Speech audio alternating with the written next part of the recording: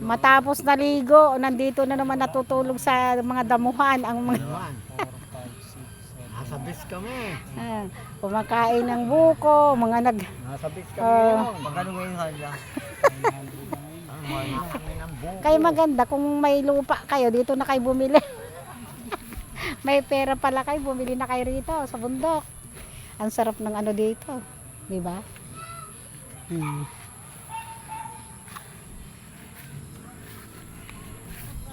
Ito, lumang-luma na yung yerong mari, oh. No? Grabe kalawang, ano? Bumili pa nung may ulam pa tayo, di ba? Naiwan yata doon sa sakin ng ulam. Oo, naandun nga pati yung kasirula ko pinagsasaingan na Ay, andun. sus. Kabali-baliktad na. Mamaya paano natin kaya nun? Ang nadala dyan yung sa amin. Oo. Ng kaserola. Ay, yung Oo, ano. pinagsasaingan. Yung katabi nyo yung kamag-anak nyo. Hindi.